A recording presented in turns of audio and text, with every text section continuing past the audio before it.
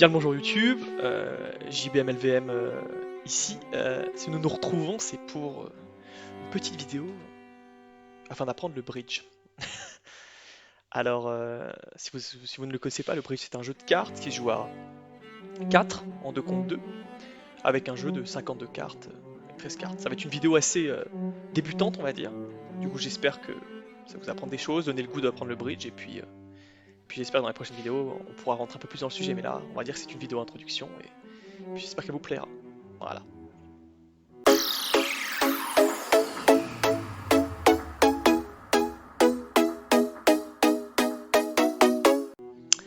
Ok, alors, le bridge. Alors moi je joue sur... Alors c'est un jeu bien sûr de cartes qui peut se jouer bien sûr en physique, mais bon, là vu que je suis tout seul, j'utilise le logiciel en ligne qui s'appelle Bridge Base Online, que vous pouvez trouver sur internet, qui est gratuit et qui permet de jouer assez rapidement. Du coup, sans perdre de temps, commençons. Et voilà comment ça se présente. On commence avec une main de 13 cartes. Tout le monde a 13 cartes, et ça va se jouer en deux phases. La première phase qui sera la phase de discussion, appelée phase d'enchère, et la seconde phase qui s'appelle la phase de jeu, où là on va enfin jouer les cartes qu'on a. Durant cette phase de discussion, toutes les personnes vont essayer de prendre part à la discussion et d'écrire leur jeu, sans parler vu que c'est un jeu bien sûr qui doit se jouer dans un silence, mais juste en faisant des annonces via un panneau entre guillemets qui nous permet de sélectionner des choses à dire. Du coup on peut soit dire passe, soit dire le petit contre là, soit dire un carreau, un trèfle, un cœur, un pique. Au cas où vous ne le saviez pas, ça ce sont des piques, des cœurs, des trèfles et des carreaux. Alors, comment évalue-t-on son jeu? C'est assez simple, comme dans la plupart des jeux de cartes, on regarde quelles sont nos plus grosses cartes. Et les plus grosses cartes qui valent des points, il y en a 4. C'est l'As, le Roi, la Dame et le Valet. Un As vaut 4 points, un Roi 3 points, une Dame 2 points, et le Valet 1 point. Du coup, quand on a ces valeurs en tête, on les additionne, ce qui nous permet de savoir, d'avoir un peu une idée du nombre de points qu'on a dans notre jeu. Et en fonction de son nombre de points, on sera amené à pouvoir parler à une certaine valeur. Voilà. Et si vous l'avez bien compris, le mot passe, pas beaucoup de points, notre jeu est difficilement exploitable. Du coup, le but de cette phase de discussion, c'est de déterminer quel paire, vu que ça se joue par paire en 2 contre 2, a le jeu le plus fort ou le plus susceptible de faire un joli contrat, on va dire, de prendre la main, enfin le jeu à son compte et de pouvoir jouer la donne. Du coup, comptons ensemble. On a 4, 7, 4 plus 3, 7, plus 2, 9, plus 1, 10, plus 4, 14 points. Ce qu'il faut savoir, c'est dès le moment où on a plus de 12 points ou plus, on peut commencer à discuter dès le début et rentrer dans la partie. Quand on en a moins, c'est un peu plus compliqué, mais c'est possible. Mais en tout cas, à partir de 12 points, c'est largement possible de prendre part au débat. Alors, là vous voyez, moi je suis au sud. Du coup, oh, ça se joue un peu avec les points cardinaux, mais moi je suis au sud, mon partenaire est au nord, les deux autres sont à l'est et à l'ouest. Mon partenaire a passé, mon nord a passé. Du coup, en passant, il m'indique qu'il n'a pas forcément ses 12 points. Du coup, en additionnant toutes les cartes de son jeu, il n'a pas ses 12 points. Du coup, il a passé. Est, lui, du coup, un de mes adversaires, a dit un trèfle. Du coup, on sait qu'il a au moins 12 points dans son jeu. Et des trèfles. Du coup, généralement, voilà, ça nous permet de nous indiquer dans quelle couleur on a un peu des bonnes cartes. Moi, vous voyez, j'ai plus de 12 points, j'ai envie de prendre part à la discussion. Alors, pour le moment, on va rester assez basique. C'est pas forcément la meilleure des discussions que je vais entamer, voilà, mais je vais dire ça. Ce qui veut dire que j'ai des points, j'ai envie de rentrer dans la discussion. Ce qu'il faut savoir, c'est qu'on a des paliers de 1 à 7. Pourquoi de 1 à 7? Dès le moment où on parle au palier de 1, c'est-à-dire qu'on propose un contrat. C'est-à-dire que là, par exemple, S, il a essayé de discuter avec son partenaire, et lui dit, bon, partenaire, j'ai 12 points. Toujours juste, bien sûr pas en vocal, mais uniquement via avoir joué l'enchère un trèfle. Il a dit à son partenaire, ok, j'ai au moins 12 points, est-ce que on peut jouer quelque chose ensemble? Moi, je suis intervenu ici, j'ai dit hop hop hop, moi aussi j'ai des points, partenaire, même si tu as passé au tout début, réveille-toi, on peut peut-être faire quelque chose. Du coup, son partenaire, la West, il a passé en disant Est, mon cher partenaire Est, même si tu as dit un trèfle et que tu as des points, moi je ne me sens pas de jouer avec toi, je préfère passer. Mon partenaire Nord s'est réveillé et a dit Hep hep hep, j'ai envie d'entrer dans la discussion avec toi. Commençons la discussion. Du coup, me sachant reboosté par mon partenaire, je vais pouvoir continuer bien sûr de parler. Hop là.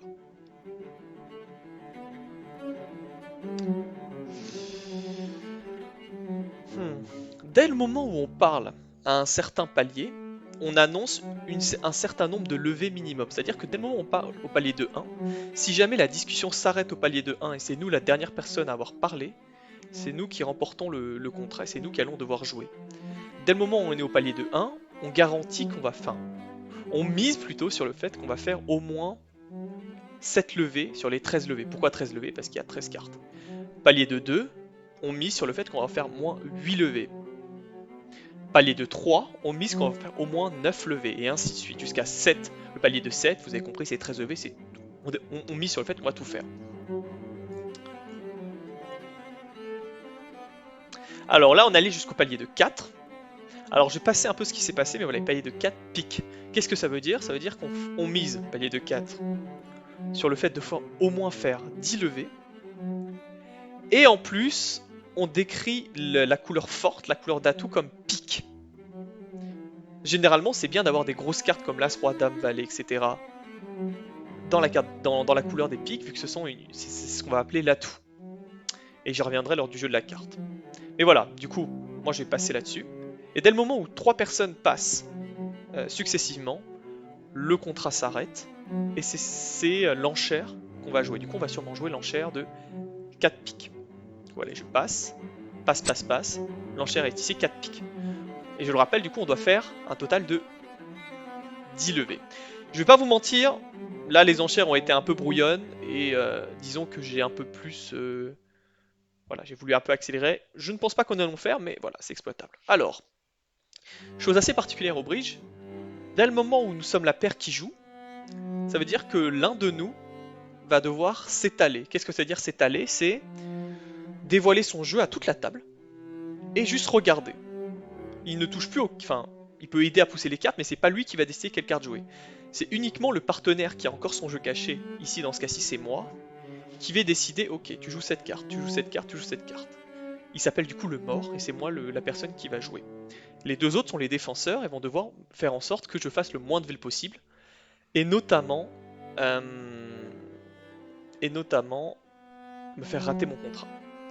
Bonjour au chat, bonjour Tomika, bienvenue dans ce cours de bridge bien sûr. Enfin bref.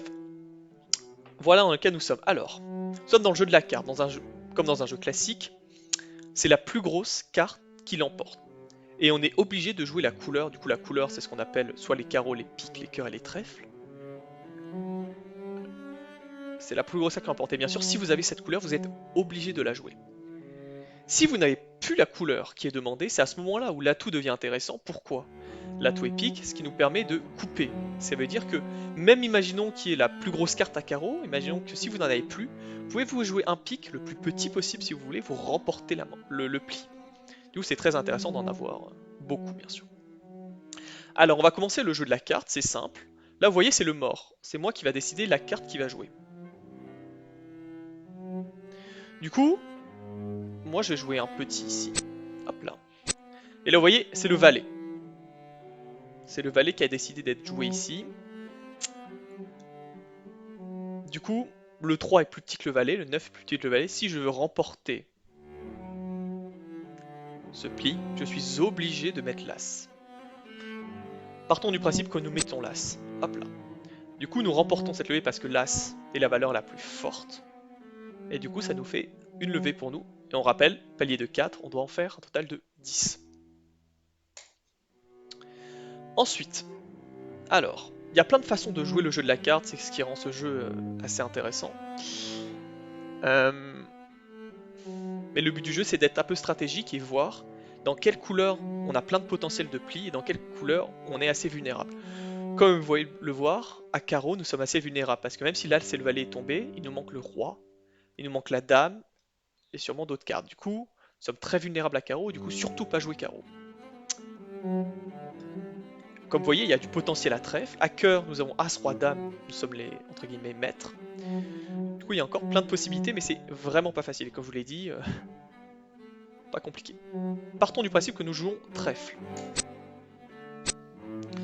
Alors, là, si je mets l'As, je suis garanti de faire cette levée, bien sûr. Mais si je mets le 10, qu'est-ce qui est plus fort que le 10? Il y a le valet, la dame et le roi. Le valet et la dame sont déjà chez moi. Il n'y a plus que le roi à côté. Du coup, la seule possible menace serait le roi. Du coup, généralement, c'est ce qu'on appelle une impasse. Mais j'y reviendrai plus tard dans notre vidéo. Mais on parie sur le fait que le roi est dans la main à gauche, qui a déjà joué ce 2 de trèfle. Parce que s'il avait joué le roi, j'aurais mis l'as. Du coup, on va faire un pari, et c'est généralement ce qu'on fait. On fait un pari que, allez, partons du principe que le roi était à gauche. Pas de chance, le roi était à droite, du coup c'était une levée qu'on perd. Roi de carreau, je n'ai pas le choix, je suis obligé de jouer carreau.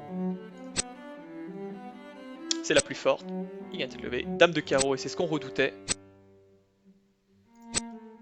Il gagne encore cette levée. 3 de cœur cette fois-ci. Bon là c'est assez simple. La dame, on a l'as roi dame, on savait qu'on allait réussir. A noter que ça marche aussi comme ça. C'est la main qui remporte le pli qui rejoue. C'est-à-dire que là c'est la dame qui vient de cette main-là. C'est à elle de relancer, ce qu'on appelle relancer. Alors je vais pas vous mentir, on n'est pas bien. On n'est pas bien, on n'est pas bien du tout. On n'est pas bien du tout. Bon là je vais juste jouer un peu de manière assez brouillonne, mais pour que vous puissiez comprendre, voilà. Bon là le 10 de cœur, As de cœur, qui remporte. Tac. Cœur. Hop. Pris par la dame malheureusement.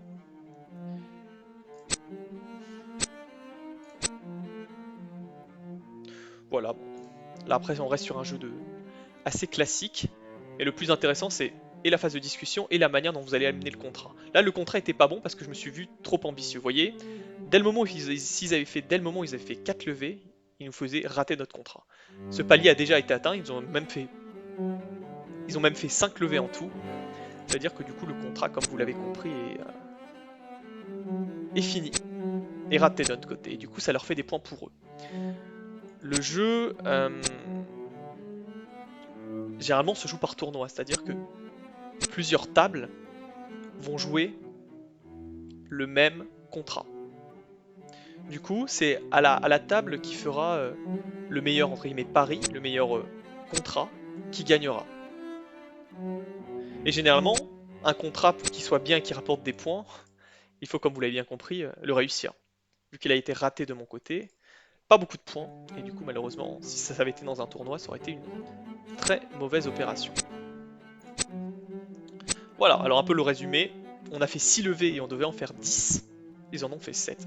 C'est terrible, c'est horrible, mais au moins c'était une façon de vous montrer comment un peu le jeu se joue, et un peu comment ça marche. Là pour le moment, là j'étais uniquement contre des robots qui jouaient de manière automatisée. On va essayer de rentrer dans une partie, on va dire, plus avec des vraies personnes. Du coup, Bridge Base Online permet de faire ça. Du coup, on va se rendre dans l'onglet détente. Emmenez-moi à la première place libre. Et voilà. Là, on va jouer contre des vraies personnes. Du coup, on va essayer d'être un peu rapide et d'analyser ce qui se passe. Alors là, vous voyez, c'est à moi de parler. On se souvient, on analyse son jeu, on espère avoir au moins 12 points et on compte en fonction des honneurs. Alors là, vous voyez le valet 1 point, plus l'as 4.5 points, le roi 3 points, 8 et un 9. Je n'ai pas 12 points, pas vraiment un jeu très bien exploitable, je passe. Là, c'est l'adversaire, le bon John Cam, qu'on peut voir derrière son profil. On voit que c'est un Canadien. Et M-Place, on peut voir son profil qui est en Afrique du Sud. Un sans atout, ça veut dire qu'il a pas mal de points et qu'il engage déjà un dialogue. Du coup, très probablement, c'est John Cam et M-Place, c'est-à-dire Est et Ouest, qui sont nos adversaires qui vont devoir jouer le jeu. Du coup, nous, comme ce qui s'est passé à la partie précédente, le but sera ce qui appelle justement de les faire chuter, de leur faire rater leur contrat. Pour le moment, ils sont qu'au palier de 1. Du coup, pour le palier de 1, bah, ils garantissent le nombre minimal de levées, parce qu'on ne peut pas être en dessous de 1. Ils garantissent pour le moment 7 levées. Parce qu'effectivement, dès le moment où on commence à parler, on ne peut pas retirer ce qu'on a dit. Du coup, là, on sait qu'il s'est au moins engagé à faire 7 levées. Alors, chose assez triste, nous sommes tout seuls dans cette table. Du coup, on va devoir quitter cette table, revenir sur notre table. Alors, encore une fois, on appuie sur l'onglet « Emmenez-moi à la première place libre ».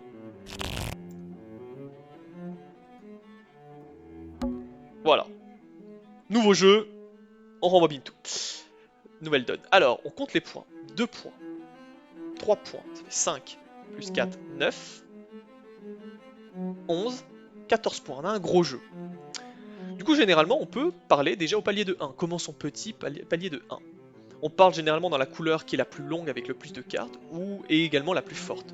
Bon là j'ai 4 cartes en table, 4 cartes en carreau. Mes carreaux sont forts, en disant un carreau. Du coup les carreaux, les trèfles, les cœurs, les piques. Et on engage la discussion comme ça. Du coup mon partenaire, juste parce que j'ai dit un carreau, il a déjà plein d'informations. Il sait que j'ai au moins 12 points. Et il sait au moins que j'ai des carreaux. Malheureusement, Nord, je veux dire, Servino 48, est rentré dans la danse. Et a commencé à parler à cœur.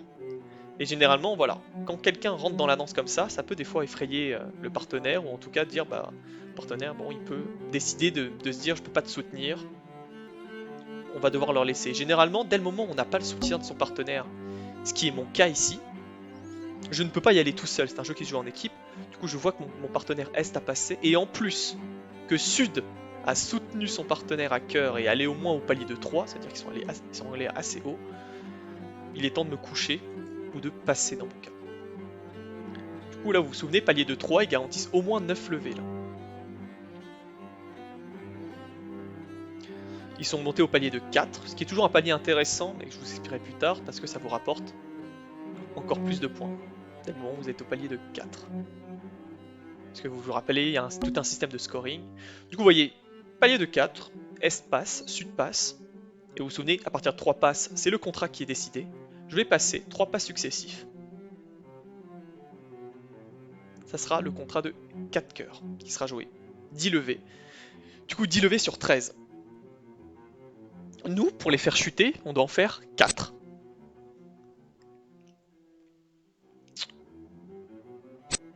Là, vous voyez, carreau. Carreau. Et comme je vous l'ai expliqué, parce que c'est la paire nord et sud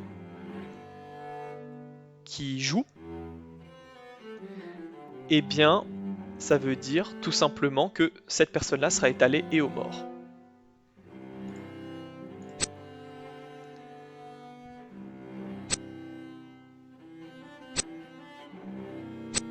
Alors là, vous voyez, je joue carreau. J'ai le plus gros carreau, mais il y a un cœur. Ça veut dire quoi? De 1, qui n'a plus de carreau, mais aussi de 2, qu'il a coupé. Et vous vous souvenez, vu que l'atout c'est cœur, c'est grâce à ça qu'il remporte la manche. Du coup voilà, là il a relancé pique, as de pique. Et vous vous souvenez également, dès le moment où on prend la levée, c'est à nous de relancer. Vu que l'as de pique était au sud, c'est au sud de relancer, ainsi de suite.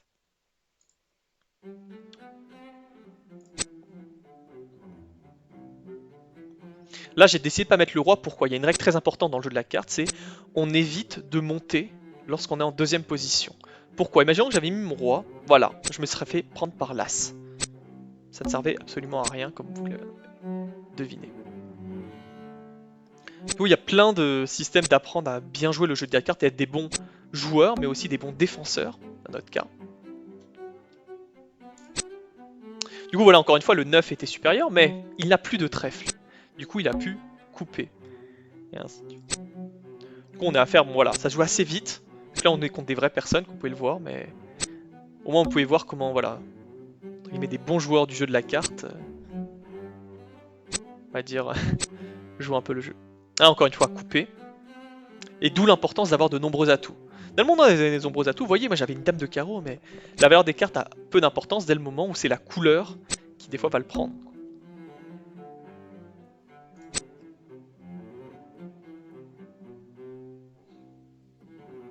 Alors là, vous voyez, on a fait une. Ils en ont déjà fait 8. Ils ont plus qu'à faire que 2 et ils le réussissent. Là, vous voyez, je suis en deuxième position.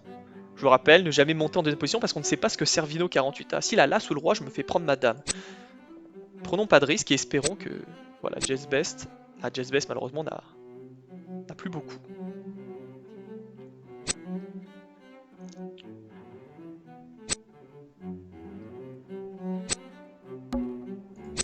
Là, vous voyez, je n'avais plus de trèfle. Le trèfle a été lancé, lui il pouvait pas couper, il avait pas de cœur. Il a coupé et j'ai surcoupé parce que moi aussi je n'avais plus de trèfle. Du coup, ce qui m'a permis de prendre le dessus. Là, je jouais ce roi de carreau, mais s'il a un cœur, vous vous souvenez, et voilà, il a un autre cœur. Je me fais couper, du coup ce roi de carreau ne peut pas être fait.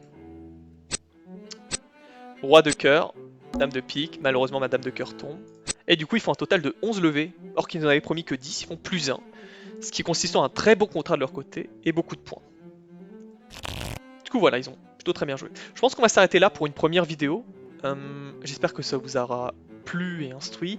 J'essaierai de rentrer plus en détail, mais là c'était vraiment une vidéo introductive pour essayer de comprendre comment le bridge marche. Du coup j'espère que ça aura plu, et si ça vous plaît, bah, n'hésitez pas à venir me voir en stream sur Twitch, ou sur de vous abonner, enfin, etc. Ça fait plaisir, et puis à très bientôt. Au revoir.